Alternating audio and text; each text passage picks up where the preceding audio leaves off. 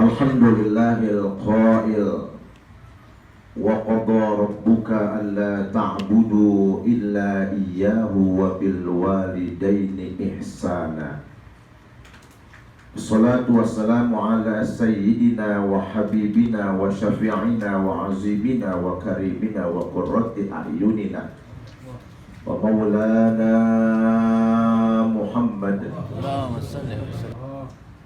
sahibul bait, abang saya, keluarga besar Insinyur Haji Utsman Rahim, mata'anallah bituli hayatihim, mudah-mudahan Allah panjangkan umur mereka dalam keadaan sehat walafiat.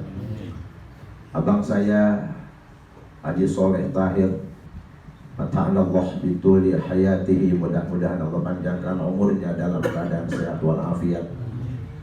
Ayah hendak saya Al-Ustaz Haji Rayani Muhammad Ali, mata'anallah bituli hayatihi, mudah-mudahan Allah panjangkan umurnya dalam keadaan sehat walafiat. Saudara hadirin majlis haul rahimakumullah, alhamdulillah summa alhamdulillah, puji serta syukur kita panjatkan kehadirat Allah, teriring selawat serta salam untuk Rasulullah sallallahu alaihi wasallam. Sebelum Al-Fakir berlanjut menyampaikan apa-apa yang Allah bukakan kepada Al-Fakir pada kesempatan malam hari ini, Al-Fakir mohon sebuah suratul Fatihah untuk guru kita yang selalu hadir di setiap haul, gak pernah luput. Tadi beliau dipanggil oleh Allah Subhanahu wa Ta'ala, almarhum bi rahmati hayyul qayyum Al-Ustaz Kiai Haji Ahmad bin Haji Syarbini. Mudah-mudahan dengan suratul Fatihah yang akan kita baca, Allah terima amal ibadahnya, maafuni dosa-dosanya, tempatkan di surganya Allah di tempat yang tinggi. Wa bitil kalniyah al-Fatihah.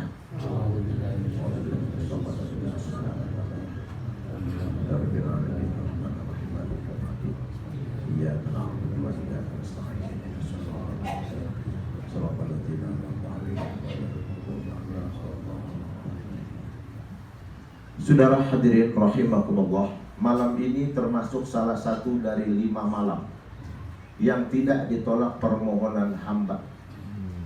Khamsu layalin la turaddu fihinna da'wah.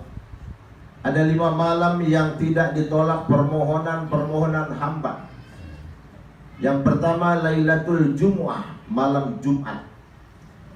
Wa lailatu awwali min Rajab, malam pertama daripada bulan Rajab.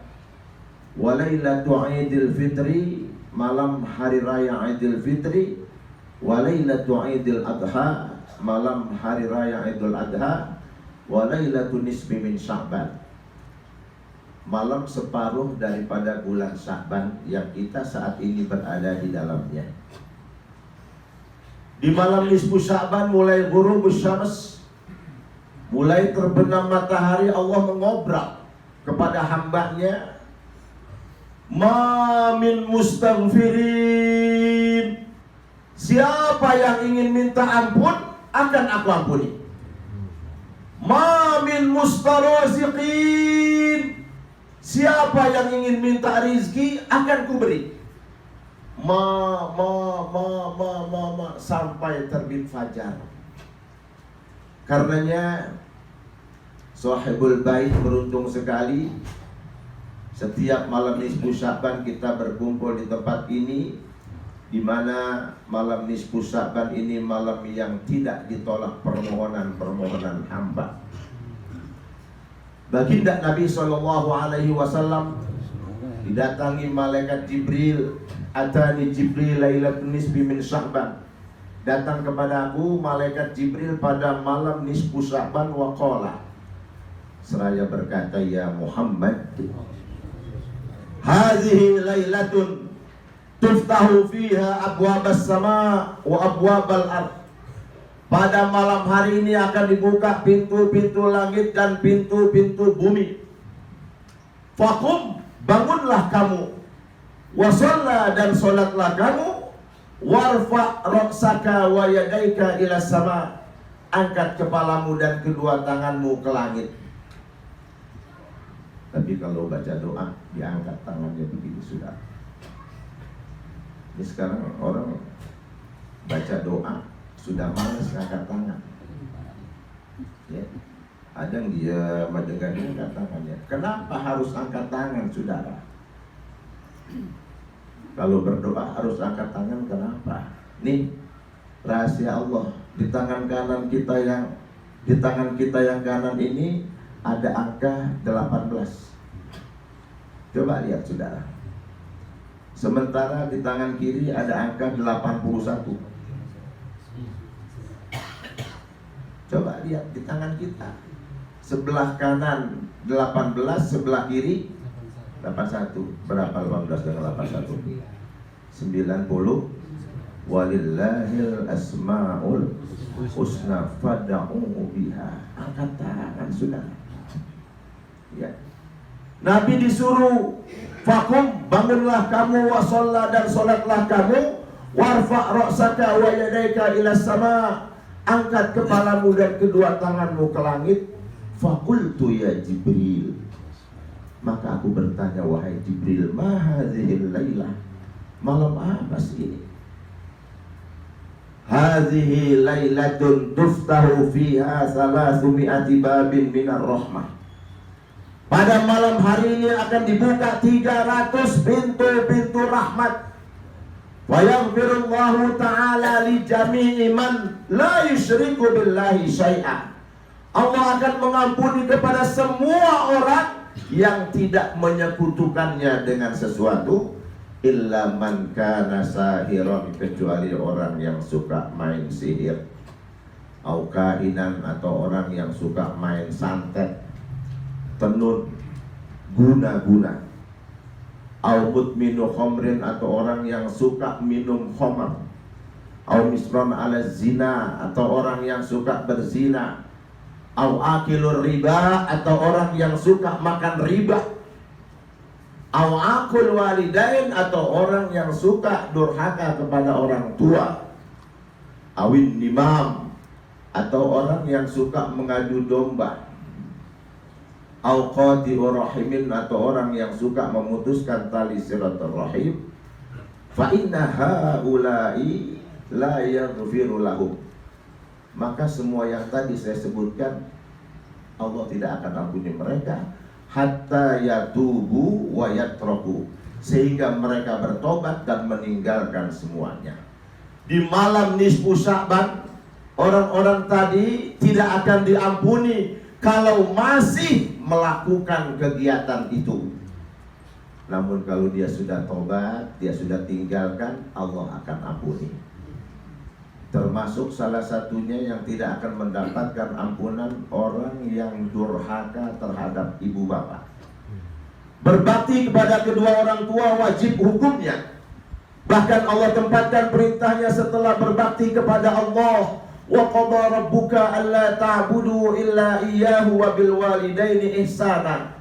Tuhanmu memerintahkan agar tidak menyembah kecuali hanya kepadanya, dan berbuat baiklah terhadap ibu bapak. Apalagi yang namanya seorang ibu. Ibu mempunyai doa mustajabah. Ibu juga mempunyai sumpah yang sangat manjur.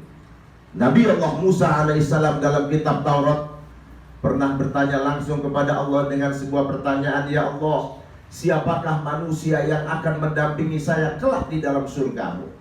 Pertanyaan Nabi Allah Musa ini langsung dijawab, yang akan mendampingimu kelak di dalam surgaku adalah pemuda yang pekerjaannya penjual daging di pasar sana.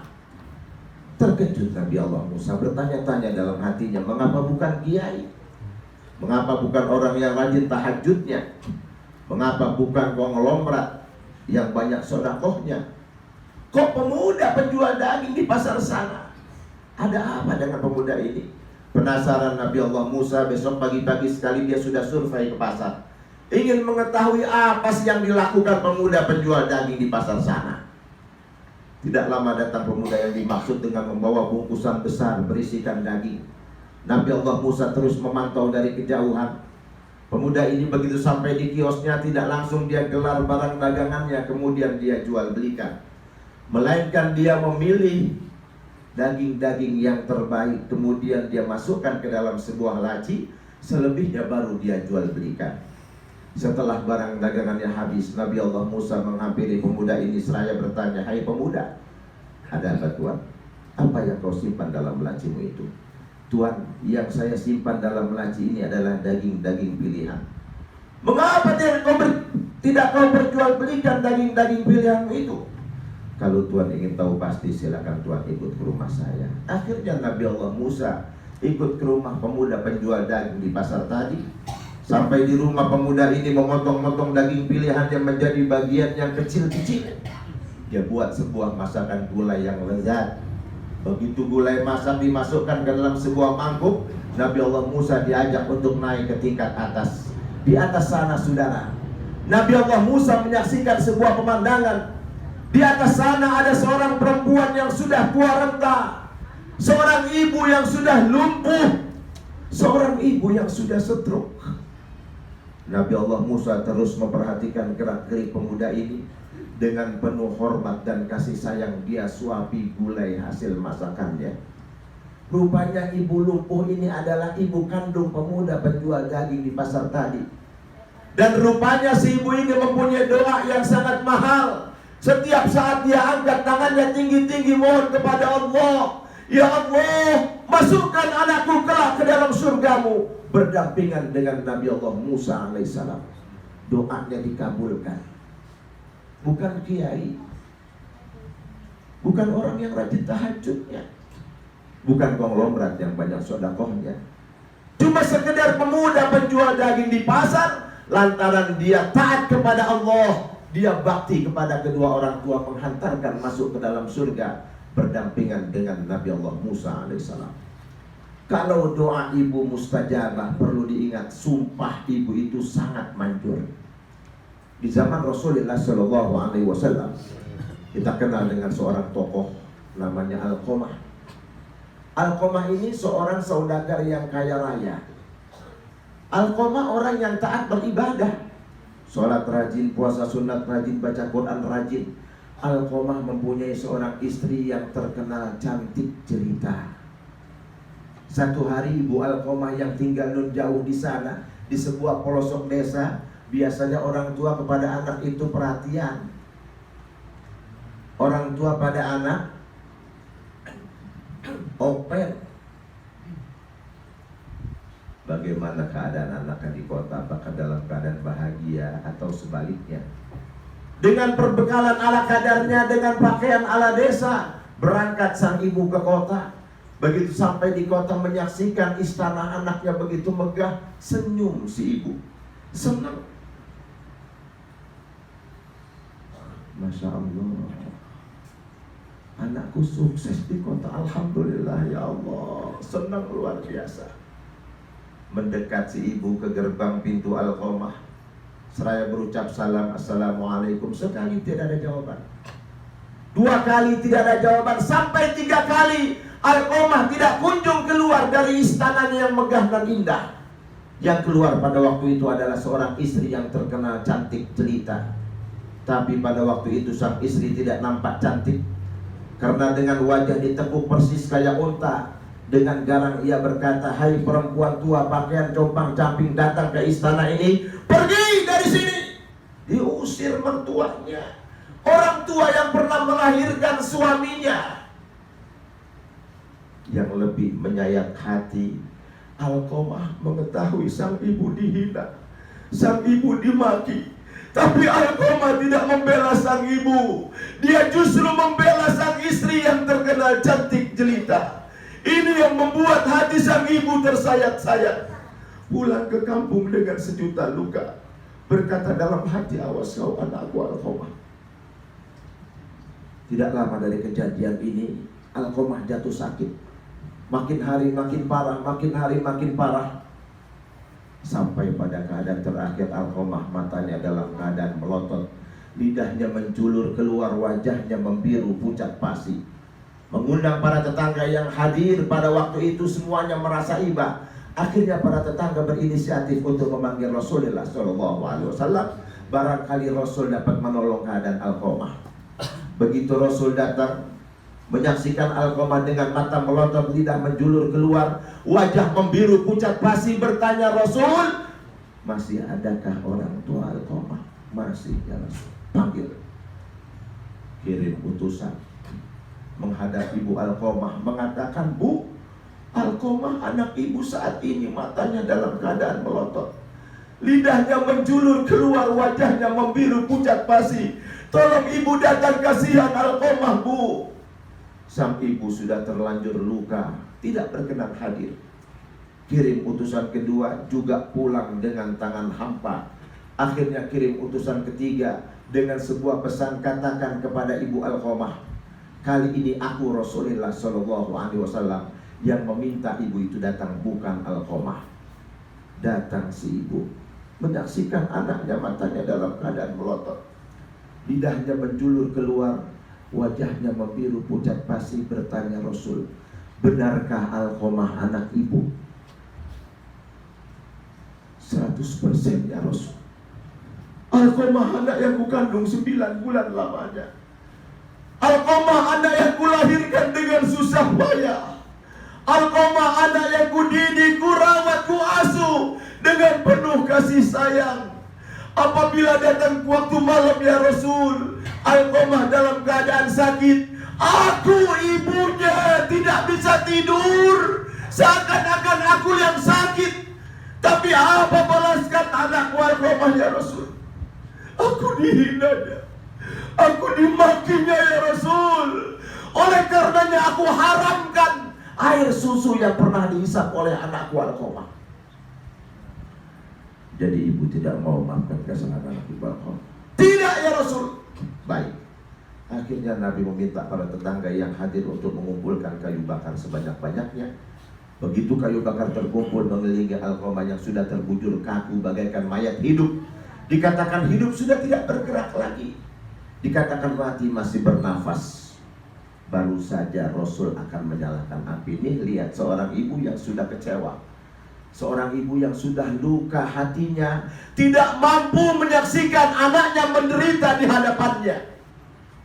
Baru saja Rasul akan menyalakan api, menjerit sang ibu, ya Rasul, hendak kau apakan anakku ya Rasul? Saya akan bakar anak ibu di hadapan ibu, sebelum ibu menyaksikan anak ibu dibakar di hadapan Allah Subhanahu wa Ta'ala. Kalau begitu aku ridho ya Rasul, aku ikhlas ya Rasul. Begitu keluar kata ridho dari mulut sang ibu, Alqamah matanya tidak lagi melotot, lidahnya tidak lagi menjulur keluar, wajahnya tidak lagi membiru pucat pasi. Alqamah dibimbing kalimat, Alqamah qul la ilaha illallah. Alqamah, Alqamah tidak mampu mengucapkan kalimat la ilaha illallah. Berulang-ulang Alqamah dibimbing untuk mengucapkan kalimat la ilaha illallah, tapi Alqamah tidak mampu. Sampai pada akhirnya Nabi menoleh kepada sang ibu dan bertanya, ibu benar-benar ridho? Ibu benar-benar ikhlas? Rupanya tadi ibu bilang ridho, ikhlas cuma mulutnya saja, hatinya masih luka.